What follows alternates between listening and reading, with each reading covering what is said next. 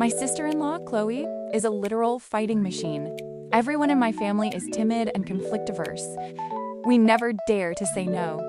That's how my brother Dean was pressured by relatives into a blind date, and then pressured by the other party into an immediate marriage. Rumor had it that the new sister-in-law was a tough cookie, notoriously difficult to live with. Relatives and neighbors were just waiting for our family to fall apart. That day, I nervously brought my boyfriend, Jason, home to discuss marriage. He sprawled condescendingly on the couch, and the first words out of his mouth were nasty. The girl from this family already slept with me. What face do you have to make demands now, huh? The moment he finished speaking, Chloe shot up, snatched the heavy glass ashtray, and slammed it straight into his head. You bastard! You think I've been respecting you too long, don't you? Chloe didn't hold back. Jason's forehead instantly split open, blood covering his face. My family froze, no one able to react. He screamed repeatedly, "Damn it! A tramp like you dares to hit me!" He raised his hand to slap her back. My brother Dean instantly stepped in front of Chloe, his calloused hand clamping onto Jason's wrist. His voice was still hesitant but firm. If there's anything, let's talk slowly." Dean was used to manual labor and far stronger. A simple squeeze made Jason grimace in pain. Chloe didn't let up. She grabbed a broom and started hitting and sweeping him out of the house simultaneously. "Get out of this house now and stay out." My brother dragged him to the door like a sack of trash, mumbling, "Please, just go." The door slammed shut with a loud bang. Jason was out on the porch, still arrogant. "That little girl is trash now. Who else would want her besides me?" Chloe's voice thundered back, a barrage of insults. "Don't you have an a-hole? Why does only garbage spew out of your mouth every time you open it?" He kept yelling, and her belly's probably swelling up now. "She's probably pregnant," Chloe immediately retorted, without any hesitation. "Yeah, she's waiting for you to die soon so the baby can be reincarnated into a better life." Chloe was completely dominant. Jason's face turned ashen, and he tucked his tail and ran. Chloe, still fuming, muttered under her breath as she strode back into the house. My brother handed her a glass of water. She gulped it down and then turned to me, her eyes sharp as knives. "Little sister, you have a pretty face, but where are your eyes? Why are you holding on to a piece of garbage like that?" I flinched, hanging my head like a child who had just made a mistake, not daring to utter a word. Chloe grabbed my hand, grinding her teeth. "Let's go! I'm taking you to the hospital right now." I was stunned, not understanding. She emphasized every word. "If you're pregnant, we abort it. If you're cursed, we break it. Be good and listen to your sister-in-law. Don't let that trash ruin your life." My parents and brother sat in stunned silence, then nodded blankly. "Yes, listen to your sister-in-law, honey." Chloe hauled me to the clinic. After a battery of tests, she snatched the results sheet, examined it carefully, then hugged and kissed me repeatedly. "Thank goodness, you're not pregnant." She carefully folded the paper, tucking it into her pocket like a treasure. She muttered, "Remember this, marrying my husband is better than settling for that kind of trash. A woman can be poor, she can suffer, but she must never turn herself into a dumping ground." It was at that moment I realized Chloe was nothing like the vicious rumors. She was from the next village, orphaned young. People said she was strong-willed, stubborn, and notorious for being tough, refusing to yield or be bullied. Yet, when she stood in the sunlight, her face turned away from the light, her expression was unexpectedly gentle. Her voice, though hoarse, was soft and warm, instantly disarming. Seeing me unresponsive, she thought I was sad about the breakup. She fidgeted awkwardly. "Little sister, are you mad that I took the liberty of chasing that guy away?" I shook my head. "No, that's not it. I actually saw his abusive nature a long time ago. He threatened that if I broke up with him, he'd retaliate and ruin our whole family." I was afraid, so afraid I just kept silent and suffered through it, closing my eyes. That's why I hadn't dared to resist. Hearing this, she sighed in relief, as if a great burden had been lifted. "That's good. Let's go home. I'll cook you the shrimp you like. Eat to feel better." I was surprised. She remembered my favorite food even though we had just met today. She really wasn't like the rumors. My brother and Chloe married quickly. She signed the papers, packed 2 blankets, and drove away with him to their new home. She was fast, decisive, and never lagged like a typical country bride. We hadn't driven far before we heard a commotion inside the house. Chloe frowned, mumbling, "Sounds like we have a visitor." We opened the door to find the construction contractor, Mr. Thompson, sitting in our house like he owned the place. He always acted superior and arrogantly confident. Honestly, I couldn't stand him. For years, my father and brother worked for him, but he constantly deferred their pay. At best, they'd get a few boxes of tangerines around the holidays. My father and brother had tried many times to demand payment, but always came back disappointed. Mr. Thompson used brotherhood and loyalty as excuses to delay paying their debts. Mr. Thompson puffed on a cigarette, turning to my parents with a patronizing tone. "Just let them work on the next project. That's enough for them." He spoke as if granting a huge favor. I felt my blood boil, but didn't dare say a word. My father and brother were stunned, not knowing how to reply. Just then, Chloe stepped forward, her voice ringing clear. "Mr. Thompson, I was just about to look for you." Mr. Thompson didn't hide his contempt. He raised his voice. "Looking for me? Is your husband not good enough for you? Why are you chasing after me?" He was intentionally being vulgar and suggestive. Chloe glared at him.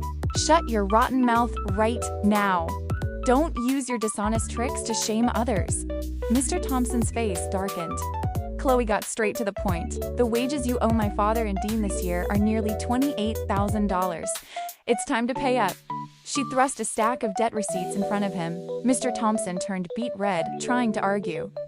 "I've been spending too much. I honestly can't arrange the money yet."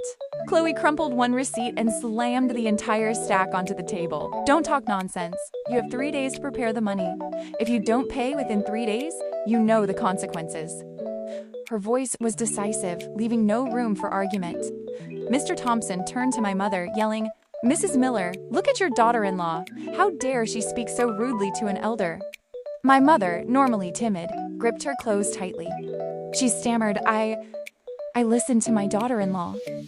Mr. Thompson stared, then turned to my father. "Mr. Miller, aren't you going to discipline your daughter? Your daughter-in-law is interfering in adult business."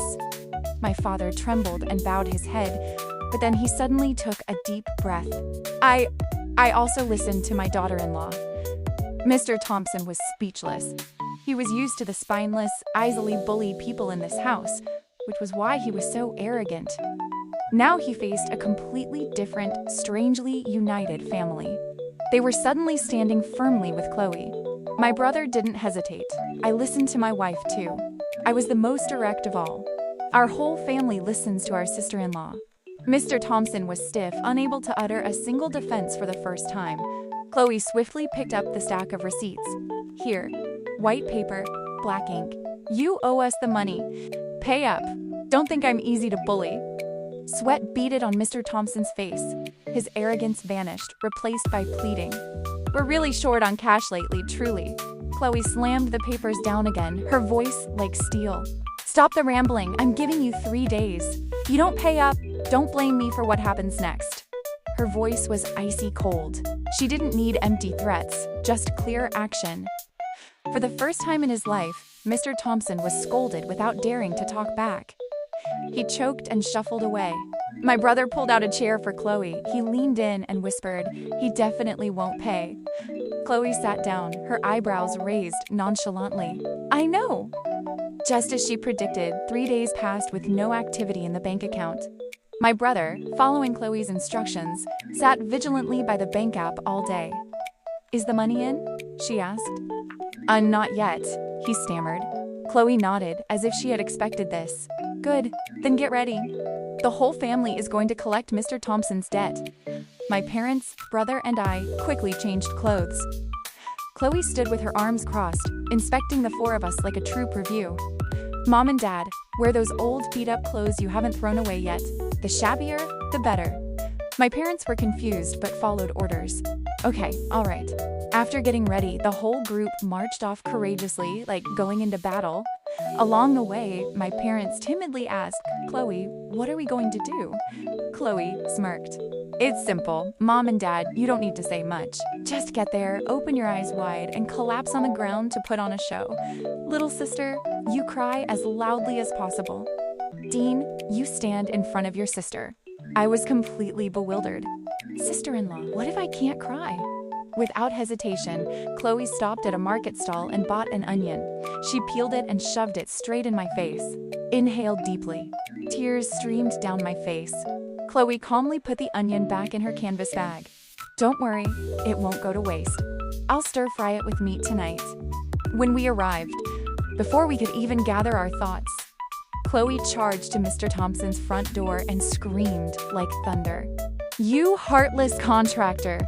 You've been skimming workers' wages for how many years, and you still dare to live here like a decent person? The earth-shattering scream drew neighbors out to watch. Chloe, invigorated by the audience, became more dramatic. Neighbors, come and see. In this day and age, there are still people who refuse to pay workers' wages for 7, 8 years. My father is sick and can't afford treatment. My little sister's education is suffering because we can't pay tuition. It's all because of Mr. Thompson's greed. As she spoke, she gave a signal. My parents instantly died, collapsing onto the ground in the middle of the yard. My eyes were already red, tears and snot streaming down my face from the onion's sting. I opened my mouth and wailed tragically, as if there had been a death in the family. The family looked like a traveling circus, only missing a sign selling ourselves into servitude in front of the gate. The crowd grew, gossiping loudly.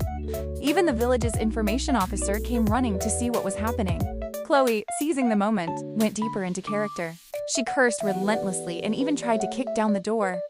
My brother frantically tried to stop her, but the effect was clear. The crowd swarmed, every eye focused on Mr. Thompson's house. Finally, he couldn't take it anymore. He flung the door open, his face flushed, and shouted, "Damn it! Have you finished your act?" Chloe feigned surprise. "Oh, Mr. Thompson, you were home? I thought you had skipped town to evade debt." Mr. Thompson choked, clearing his throat. I just woke up." Chloe spoke coldly. "Cut the nonsense. The papers are clear. Pay immediately." Under the scrutiny of dozens of eyes, Mr. Thompson's face turned as red as a tomato. He lowered his voice, pleading, "Niece, please go home first. I'll bring the money to your house in a few days." Chloe crossed her arms and smirked. "Your word? I don't believe a single syllable. You promised 3 days ago, and now you're delaying again? Dream on." Berated into submission, he turned to threaten my father. "Mr. Miller, if you can't control your daughter-in-law, don't blame me. No contractor will hire you again. Your whole family will starve." My father wavered for a moment, but then lifted his head and stammered, I listened to my daughter-in-law." Mr. Thompson stared in disbelief, angrily repeating himself, "You can't decide anything for yourself?" Chloe cut in, her voice slicing through the air. "Shut up! Who are you threatening? The whole town has heard everything. If you don't pay now, prepare to have your entire family name dragged through the mud." With that, she calmly sat down on the ground. My brother, parents, and I immediately followed suit. Chloe shouted like a town crier, "We will sit here until we get paid. If he doesn't pay, he won't hire anyone else." We camped out by his gate for 2 days and 2 nights, eating dry bread and crying. I was crying for real because I was starving. By the 3rd day, the neighbors were angry on our behalf and joined in the chorus of scolding. On the 4th day, Mr. Thompson opened the door, his eyes dark like a raccoon's. He groaned. "The money? I wired it." Chloe narrowed her eyes and signaled. My brother quickly checked his phone. Moments later, he cried out happily, "It's here! The money's in!" The entire family felt the weight lift, as if we had won a war. Chloe took us to a big restaurant and ordered a feast. 15 minutes later, all the food on the table was gone. My stomach was so full, I let out a very loud burp. My brother suddenly looked worried. "But what if no one hires us now?" The atmosphere grew heavy. But Chloe had a plan. "From now on, Dad and you don't work for others anymore. You'll take jobs yourselves and collect your own pay. Working for others only leads to exploitation." My father hung his head, his voice trembling slightly. "But if we start our own business, will anyone hire us?" Chloe put her hands on her hips and said firmly, "It's better than working for Mr. Thompson for peanuts. I hear people in the next town praising you and Dean for being honest and meticulous workers. People like that will always get hired. Mom and I will find something to do too. If we all try, things will get better. My mother hastily waved her hands, stammering, I'm useless, I can't help. I tried working before, and not only did I not make money, but I was cheated out of your father's medication money. Since then, I've never dared to leave the house. Chloe frowned, looking at my mother intently. Mom, who put those negative thoughts in your head? Your cooking is better than any restaurant out there. Don't underestimate yourself. My mother blushed, her voice shaking slightly. Then, maybe we should open a restaurant. Chloe waved her hand. We don't have the capital yet. For now, you and I will buy clothes wholesale and sell them to save up. I had been listening silently, a sense of unease growing inside me. Chloe hadn't mentioned me yet. Finally, I timidly asked, Sister-in-law, what about me? Chloe turned to me, a slight smile on her lips, and said something I had never considered. But that single sentence changed my life. Little sister, you have to go back to school. My parents, brother, and I were all stunned. Quitting school after middle school was normal in our village, but going back to school at 20 was unheard of. By reflex, I looked at my parents and brother. As always, they had no opinion and spoke one short sentence together. Just listen to your daughter-in-law. Chloe was decisive. There was no room for discussion. That day, she took me straight to town and bought a stack of textbooks. Books were ridiculously expensive, now enough money to buy the whole family meat for a month. But she didn't hesitate and paid immediately. I clutched the heavy stack of books, my heart equally heavy. On the way home, I worriedly asked, Sister-in-law, wouldn't it be better if I helped you earn money instead of going to school? Chloe firmly shook her head. No, it wouldn't be better. You are only 20. You can't waste your youth on small change. You must go to school. I was still skeptical. What was the point of education besides earning money? In our village, people who graduated from college only came back to brag about their salary. Chloe gave a slight, scornful smile. That's because they are mediocre. The point of education is to understand the way of the world. I frowned. And will understanding the way of the world feed me? Chloe immediately answered. At least it will help you spot garbage men and know who to avoid. Like your ex-boyfriend. Study enough and you'll know how to stay far away. I still didn't fully understand and scratched my head. Are there names of scumbags in the books? Do they have a list of my ex-boyfriends? Chloe burst out laughing, then sighed. I only finished elementary school and read a few trashy books when I worked. You have to study properly. You'll teach me later. Understand? Seeing the expectation in her eyes, I, a formerly aimless person, felt my heart flutter. I nodded immediately. Yes, ma'am. Perhaps thinking about having to teach my sister-in-law later, I became unusually diligent in my studies. The chronic sleepiness I used to feel when seeing a book completely vanished. Once, I casually mentioned this, and Chloe pouted. Wasn't it just because you were too malnourished before, so you got dizzy looking at words? She guessed correctly. My mother, overhearing this, diligently cooked me fish head soup for a week. Meanwhile, my father and brother still went to the market, waiting for day laborers to hire them. But they were quiet and awkward at communication. Jobs they could have gotten were snatched up by loud-mouthed quick-talkers. They were left to sit and yawn. Seeing this, Chloe enthusiastically joined them the next day. In contrast to my father and brother's shyness, she spoke confidently and eloquently. She praised her husband and father to the high heavens. My father-in-law's work is solid, meticulous and careful, famous throughout the region. And my husband is strong as an ox, hardworking and quick. Anyone who hires them is getting gold. Hearing this, the contractor beamed and immediately hired my father and brother. That afternoon, when they returned, my brother was radiant, a rare, bright smile on his usually somber face. As usual, my father and brother handed their money to my mother, and she passed it straight to Chloe. Chloe, I feel safer if you hold it. Chloe took it without hesitation. Yes, the money is safest in my hands. No worries about losing it. My father and brother were meticulous workers and often helped the clients with small repairs, fixing clogged drains and leaky faucets. The clients were very satisfied and referred them to friends. Their business grew quickly, snowballing. Later, I asked Chloe's sister-in-law, don't you think Dad and Dean are too gentle and might get taken advantage of? Chloe raised an eyebrow. Well, they are a little timid, but one person in the family who knows how to communicate is enough. And what do you think? I like your brother because he's gentle, so I can boss him around. It's too greedy to want to oppress him at home, but also want him to be tough out in the world. I realized she was right. While my father and brother's work increased, Chloe recruited my mother for her business. They ventured to wholesale markets, buying a small stock of clothes to try selling. Chloe had a sweet tongue and a charming way of calling out to customers. My mother handled the money, organized the stock, and watched the goods. The business gradually became smoother, but selling clothes by the roadside wasn't easy.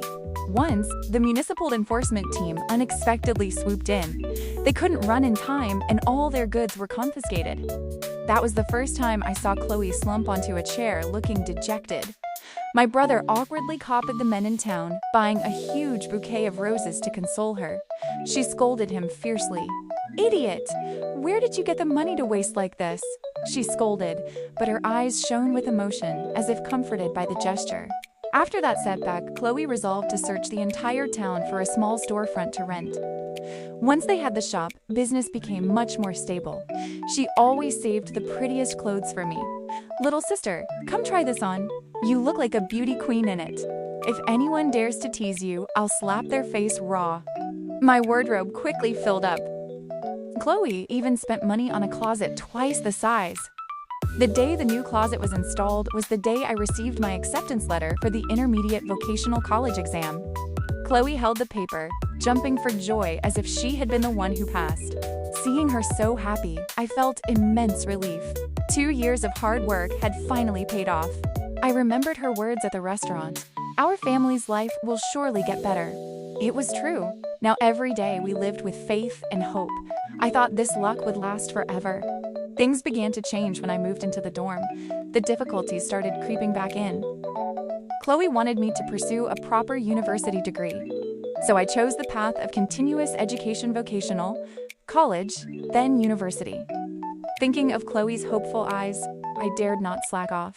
Every night, I studied diligently in the library until the lights went out.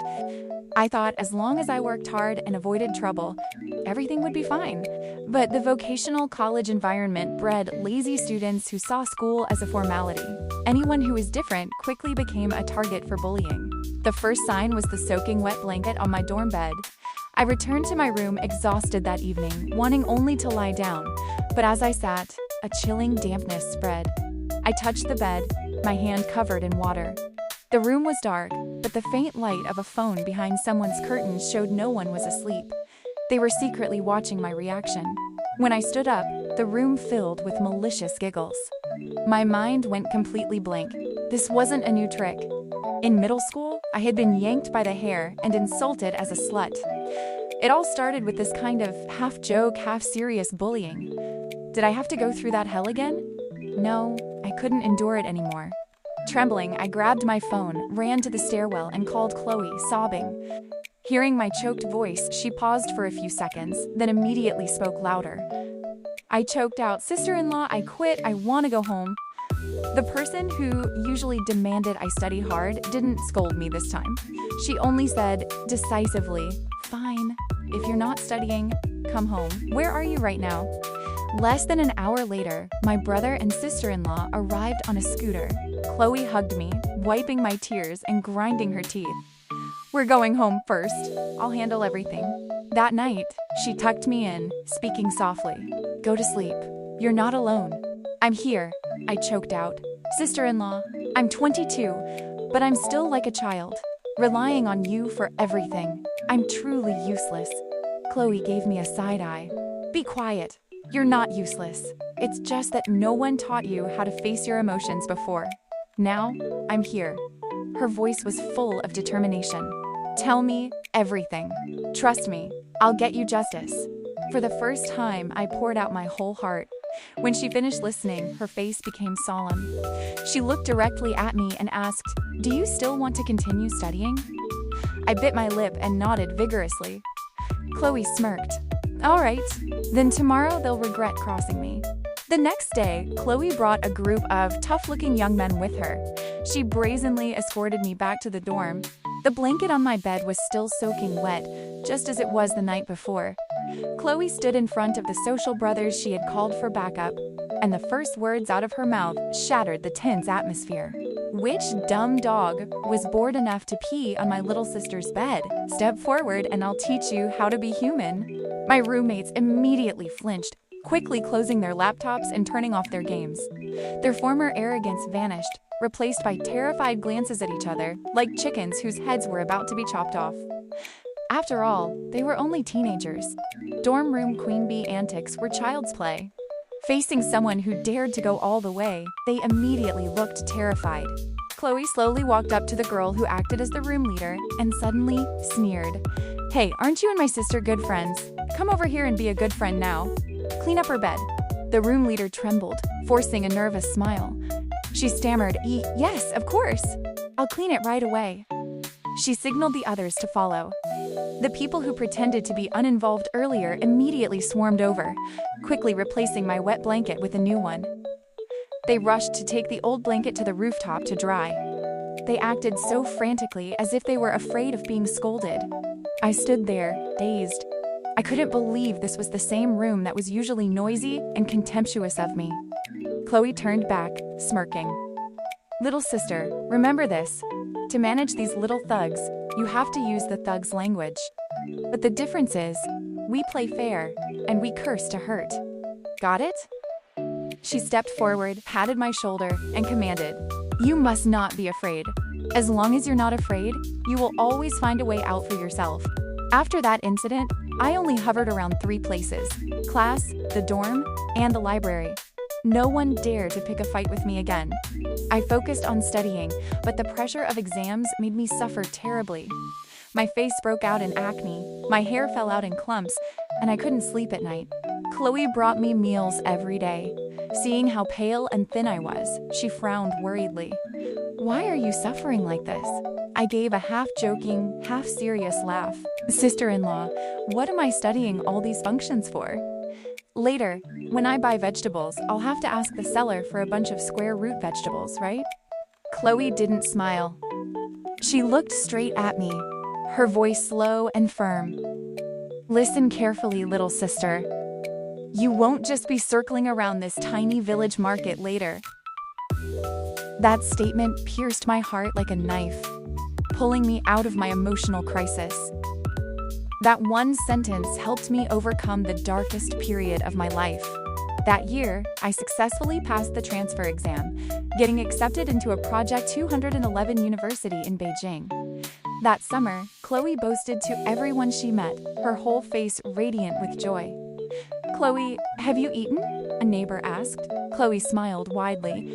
"Yes, but did you know? My little sister got into a Beijing university." A person asked to borrow scissors. Chloe laughed cheerfully, lending them out. "Oh, did you hear? My little sister got into a Beijing university." The whole neighborhood memorized the good news because Chloe repeated it every day. Her face was brighter than the first time her clothing business turned a profit. For my enrollment, Chloe bought train tickets for the entire family to go with me. The train roared down the tracks. My father, brother, and I, taking the train for the first time, looked around wide-eyed at everything. Only my mother, who had traveled for business with Chloe, smiled knowingly. On the train, Chloe asked my father what he wanted to do first in Beijing. He replied, "I want to see the Great Wall." My mother chimed in, "I want to see Tiananmen Square." My brother enthusiastically added, "I'm craving the famous Peking duck." Chloe nodded continuously, quickly jotting everything down in a small notebook. Years passed and my family had changed dramatically. Before, when asked for an opinion, everyone would just mumble whatever, or "It's fine." No one dared to express their desires. But thanks to Chloe's persistent guidance, we gradually developed our own dreams, preferences, and the ability to choose and say no. We were finally living authentic lives. Soon after I started school, my dorm room buzzed with talk about age. The other 3 girls were only 18 or 19. I was 26. One girl pretended to be surprised, covering her mouth with her hand, but her side eye betrayed her feigned innocence. At first, I didn't care much, but then she constantly used my age as a joke. Her tone was condescending. "Sister, you're almost 30. Why are you hoarding those few spare dollars? What's the harm in treating us to a meal?" I smirked, firing back without hesitation. "So what if I'm almost 30? I still earn my own money and don't beg anyone for handouts.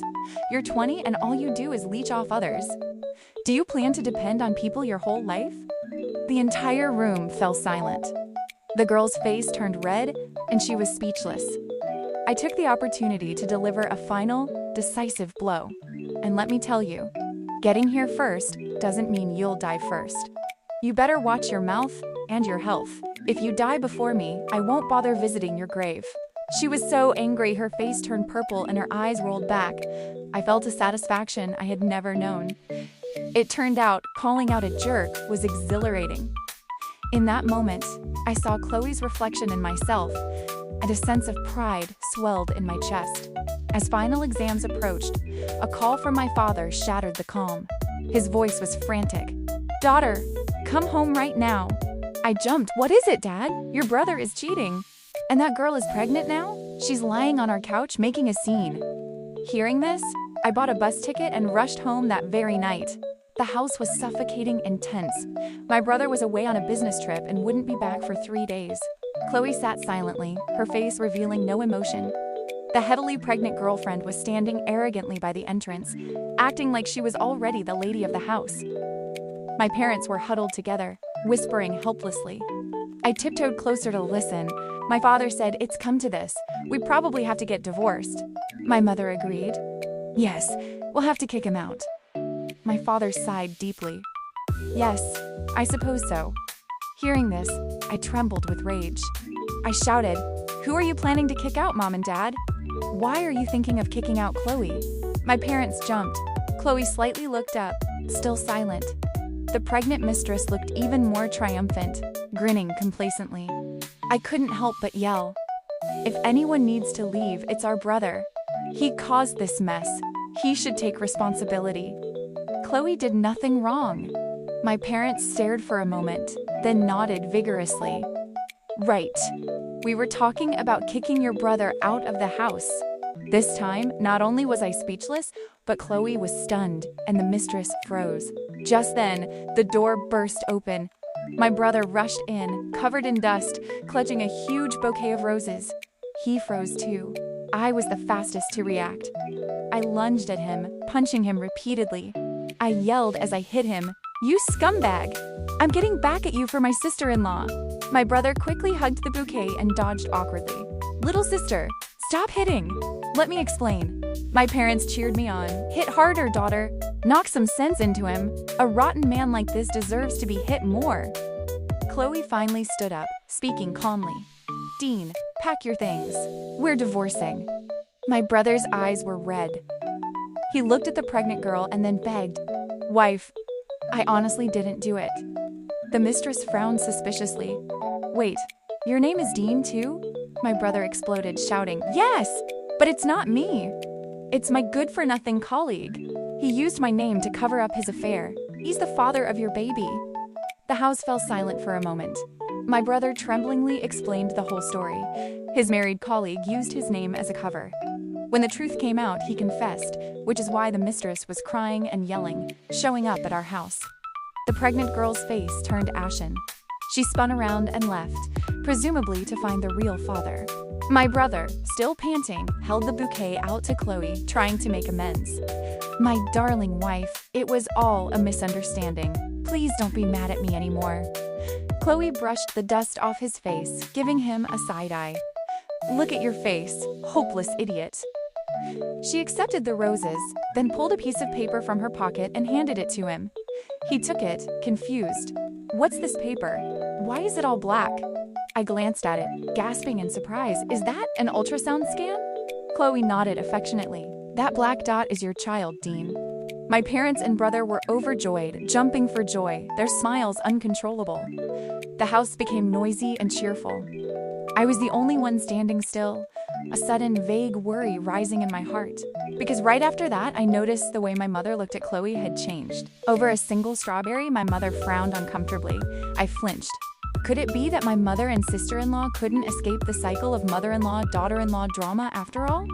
Chloe picked up a strawberry, about to eat it. My mother frowned and muttered, "Chloe, the doctor said pregnant women shouldn't eat strawberries." Chloe paused, tilting her head to look at my mother with an expression that was both gentle and resolute.